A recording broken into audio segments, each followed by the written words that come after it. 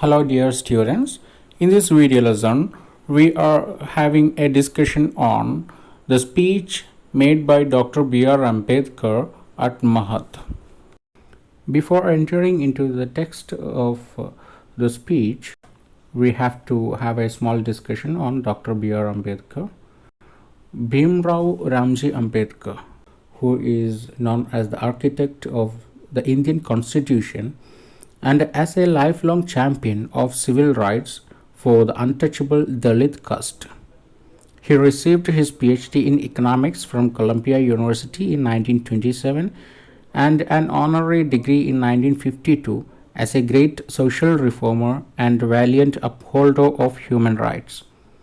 Born of a Dalit Mahar family of Western India, he was, as a boy, humiliated by his high caste schoolmates. His father was an officer in the Indian Army. He was awarded a scholarship by the Govt. Govt refers to the ruler of Baroda. Govt of Baroda. Baroda is the present Vadodara. And with the scholarship, he studied at universities in the United States, Britain, and Germany. He entered the Baroda public service at the Govt's request, but he was again ill-treated by his high caste colleagues, so he resigned from the job and turned to legal practice and to teaching. He soon established his leadership among Dalits and founded several journals on their behalf. He succeeded in obtaining special representation for them in the legislative councils of the government. Contesting Mahatma Gandhi's claim to speak for Dalits or Harijans, as Gandhi called them, he wrote, "What Congress and Gandhi have done to the untouchables," in which he is a bit critical about the approach of Gandhi and Indian National Congress towards the Dalit people. Ambedkar was the first highly educated, politically prominent member of the Hindu untouchable caste. He is best remembered today for many reasons. First of all, leading colonial India's only autonomous struggle for Dalit rights and social recognition. Then, for his extensive writings that reprised caste as a form of inequality and historical injustice, and also for his role as a chairman of the drafting committee of the Indian Constitution, which allowed him to leave a profound and enduring mark on Indian trajectories of democratic justice and affirmative action policy. In 1947, Ambedkar became the Law Minister of the Government of India. He took a leading part in the framing of the Indian Constitution, outlawing discrimination against untouchables, and skillfully helped to steer it through the Assembly. He resigned in 1951 because he was very much disappointed at his lack of influence in the government. In 1990, he was awarded with Bharat Ratna posthumously. Ambedkar was fed up with reforming Hinduism and removing caste system from Hinduism. So in the last part of his life, he was influenced by Buddhism and he accepted Buddhism.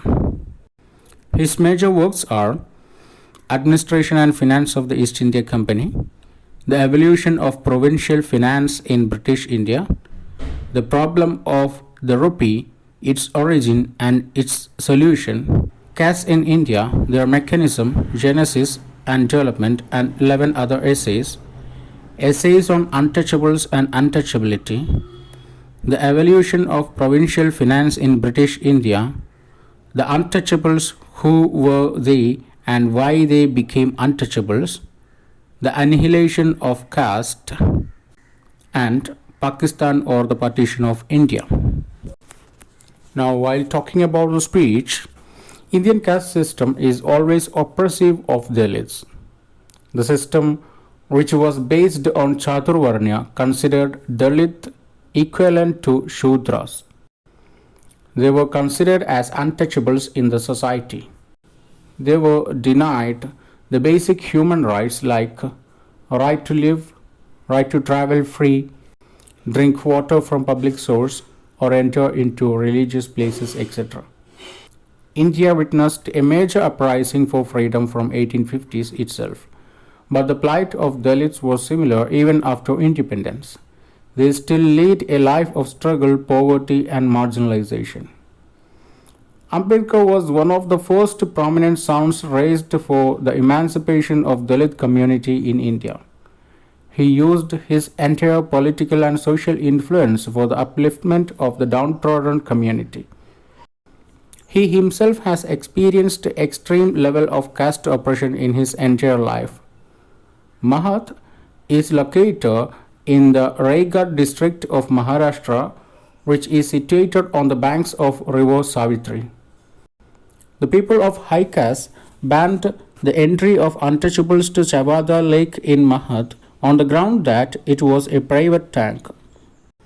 Mahad Satyagraha or Chavada Tail Satyagraha was a satyagraha led by B.R. Ambedkar on 20th March 1927 to allow untouchable to use water from that public tank. Means the above mentioned tank there at Mahad. The day in which B.R. Ambedkar led the satyagraha, that is 20th March, is observed as Social Empowerment Day in India. But that satyagraha was not simply an act of drinking from a tank, but an assertion of equality. Ambedkar says, we are going to the lake to assert that we too are human beings like others. It must be clear that this meeting has been called to set up the norm of equality. According to Ambedkar, a meeting like this was happening for the first time in the history of India. But he compares the Satyagraha to French Revolution, which happened in France on 24th January 1789. He parallels the efforts of his fellow Dalits to establish a casteless society to French revolutionaries' struggle to set up a classless society 100 years before. According to Ambedkar, the important thing is that the caste or class system was similar.